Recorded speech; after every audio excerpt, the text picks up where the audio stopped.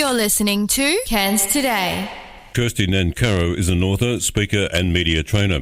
Along the way, she was an award-winning ABC journalist for 15 years in Sydney, Alice Springs, Darwin, and now calls tropical far north Queensland home since around about 2010.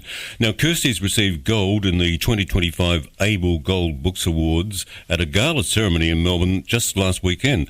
The book is Himalayan Dreams, was awarded first place in the Multicultural Peace and Harmony category.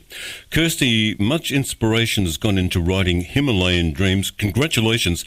Tell us about this book, Kirsty. Thank you, Brian. Well, this book has been a labour of love for almost 9 years now. I first met Som Tamang, who is a Cairns local, been here longer than I have, in 2015 when I was working for the ABC as a news reporter. Can I ask you now, Kirsty, it is the biography of a far north Queensland man, Som Tamang, who has dedicated his life to improving gender equality and access to education for children in Nepal. You actually came to meet him through an ABC interview broadcast, am I correct? Yes, I interviewed him after the earthquake in 2015 for the ABC, and that's how I began to know about Som and his work, because he's a Cairns local. And then, yes, in the process of doing stories with him going back and forth from Nepal, I developed the idea of going and volunteering myself. So I ended up being a volunteer at Batassi School about 18 months after the earthquake. Right. So late 2016, I was over there, and yes, got to experience for myself the impact that he's had on the children's lives there. Now, you mentioned after the interview you did on the ABC, you were struck by his sense of calm compassion for his community and decided to write Som's biography. The question I was going to ask you, but you've already answered it, did you go to Nepal? But you've been to Nepal not only once, you've been there several times, am I correct? Yeah, so I kind of it got into my blood the first time, having a month there, living in the village, being immersed, and Som wasn't there that whole time. I crossed over with him by one day. So I went over there alone, and although it was a bit of an adjustment to a new culture, a new language and village life, I absolutely loved the time that I spent there, and I made really strong relationships that continue to this day. So I vowed to come back in 2 years, and in 2 years' time, I had the opportunity to go back and do interviews for the book, because I decided by then that the world needed to hear this man's incredible story. And so I returned in 2018 with a group of Cairns women to do a women-only Everest Base Camp trek, and we raised money for the first community library in Batassi, and that was where I got to spend more time with Som in his environment, in his village, on the Himalayan trails where he'd worked as a trekking guide, and also with the young women who he has helped complete school and also become trekking guides. It was quite pioneering for him to set up a company that was largely focused on women trekking guides, because it has been a male-dominated industry. So he's created economic opportunity for the young women in his village, not just access to education. Well, I'm sure, Kirsty, it's a fascinating book, the book Himalayan Dreams. You say Som Tamang endured slavery as a child himself and has never given up his pursuit to eradicate child marriage, which is absolutely abhorrent to the Western world, and human trafficking in his village. He must have had many challenges back on the home front from the authorities back there, I would think. A lot of them. Yeah, and not just the authorities in trying to fight to get the school extended, but certainly there was a business model he had that was at play in his community that he had to break. Traffickers spend a lot of time, I suppose, ingratiating themselves with families, earning their trust, and then making them an offer they can't refuse to put their daughters in employment, and the families, I suppose, in good faith, believe that their daughters are going off to earn an income that they'll be able to support the family with. But of course, the reality is they're part of a network that ends up moving them across to India, and they are put to work in brothels.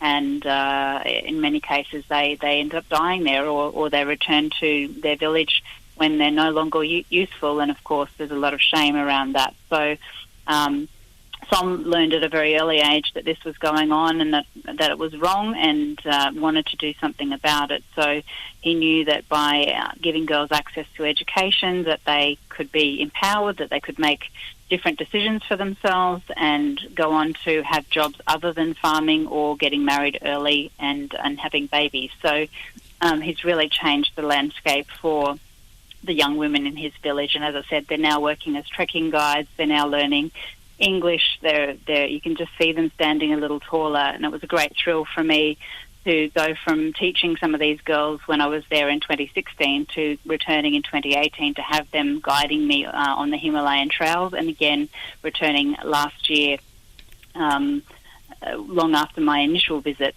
to see these young women and men becoming community leaders in their own right. So that's a legacy that Som has created.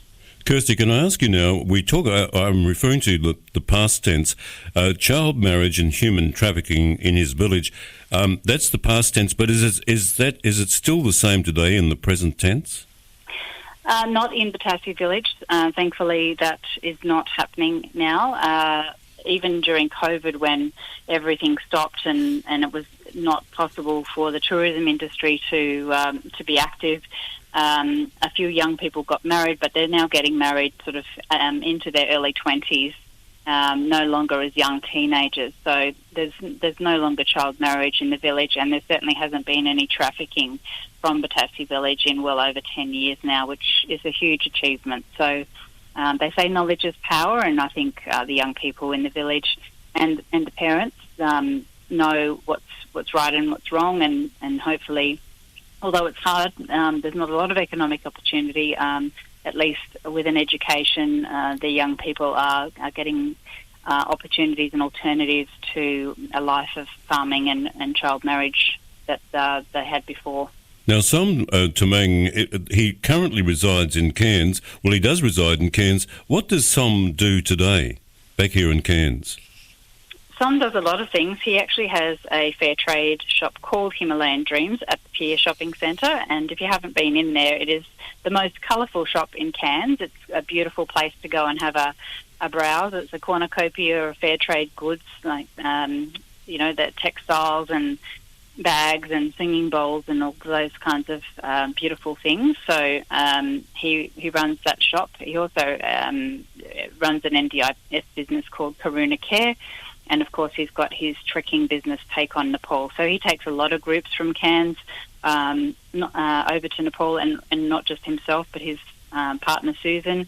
She's about to take a women's group from Cairns to Annapurna Base Camp, and then do Everest Base Camp after that as well. So, yeah, they're quite busy between them. It sounds like they haven't got an idle moment. Kirsty, can I ask you now, and I really am, I want to know how you felt about this.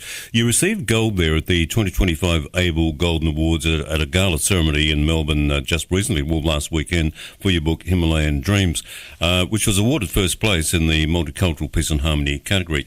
I want to ask you now, how did you feel being on stage to receive this award? It must have made you feel really great. It did. It's quite a lonely process becoming an author. You spend a lot of time researching, interviewing, slaving away, having self-doubt, and it's a very long process from when you conceive a book to when it actually gets published and people can enjoy it. So it's been a 9-year journey for me so far, and I've pretty much thrown everything at this because I honestly believe that this was such a powerful story that could continue to build on Som's work of changing lives. And, to stand there and receive that recognition for this book, knowing that it would help raise awareness about the book so that more people could read it and more people could be inspired to sponsor a child through Friends of Himalayan Children, to visit Nepal and enjoy the wonderful people and landscapes that are there, and also to donate to the Rotary Australia World Community Service project that we have going to try and extend Batassi School to grade 12 so that students don't have to leave the village. That all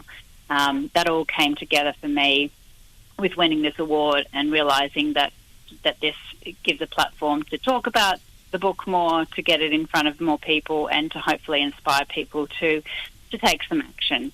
Kirsty, you received the accolades, the award, the Gold Award this year. Well, just as we were saying before, 2 weeks back. When the book was actually launched last year, wasn't it?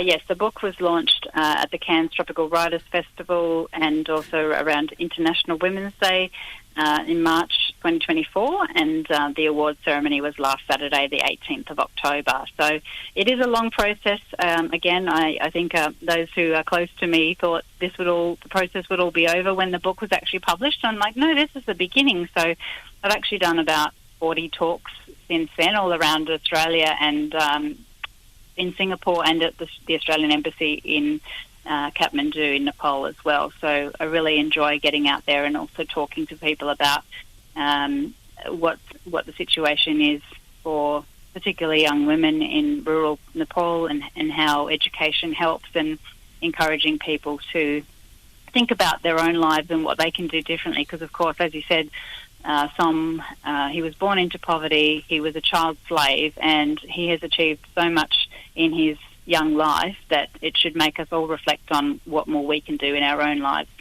Well, I'm sure the book Himalayan Dreams is going to bring a lot of attention. For people who haven't read the book, it's going to be very, very informative for them, as something that they probably would never have thought of before, what's happening in some areas of Nepal. Can I ask you now, up to date, how many countries do you reckon has the book been sold in?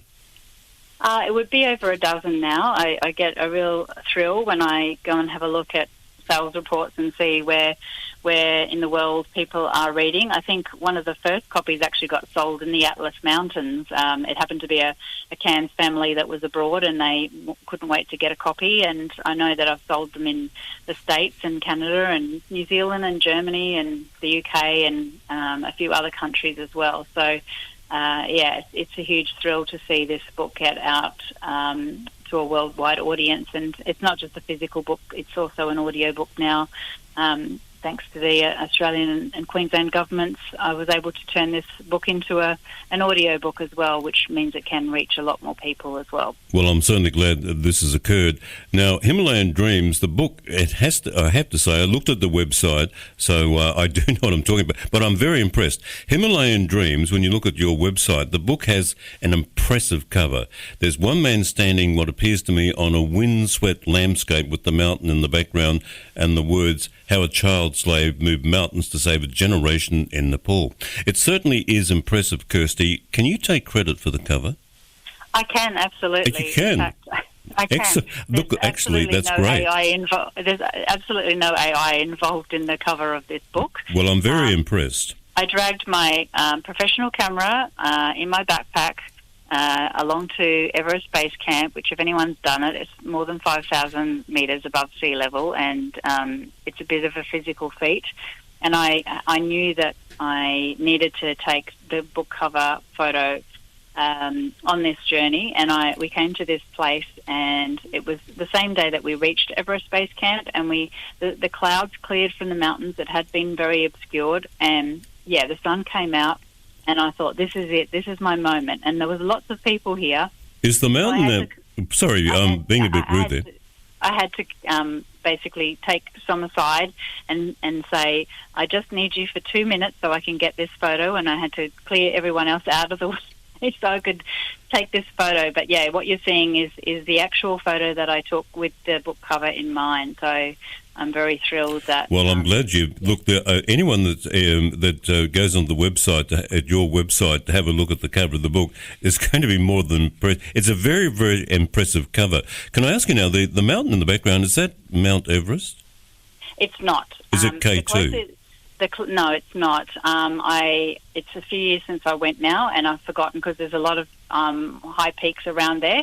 But I think it might be Pumori.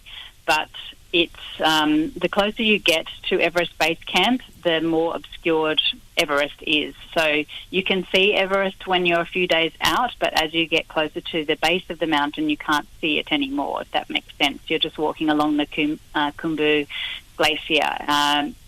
So yes, we did get a glimpse of it when we got a bit closer, but that is indeed another mountain in the background. Well, if a book cover can sell the book, this one certainly can. You might like to give our listeners now a bit of a mention about your webpage where they can glean some more information. Certainly. So if you head to KirstyNancarrow.com, so that's KirstyNancarrow.com. You'll get links to everywhere. You can order the book, even if you're not in Australia. You can find the book online there. There's ebook, audiobook options. You can order directly from me. If you're in Cairns, I've got limited edition colour copies available, or I can post one to you anywhere in Australia. They're also available from Som at Himalayan Dreams in the pier. And you'll read a little bit more about Som's story. And there's a couple of videos on there as well. So you can also follow my YouTube channel and see lots of content about Nepal as well. All right, Kirsty, we're going to let you go now because I can see that time is always a bit of an enemy for me. But I can't let you go without asking this question, which has got nothing to do with the book, but you can relax a certain amount. Have you actually climbed Mount Everest or attempted K2? No, I haven't, and I have no intention of doing that. No, I have to say I have no intention whatsoever. I think Everest Base Camp was high enough for me, and I was very proud of myself for getting there. And I'll leave it to those who are a little bit more adventurous than I to make it to the top of those peaks. But before I go, I just wanted to mention that I do have a library talk coming up on the 7th of November, which is a Friday. It's 10:30 a.m. at the Mariba Library. So I love to meet readers of this book. So if you'd love to come and hear a little bit more about Himalayan Dreams, I'll be there at the Mariba Library, 10:30 Friday, 7th of November, and I will have books available for sale there. Himalayan Dreams is a story of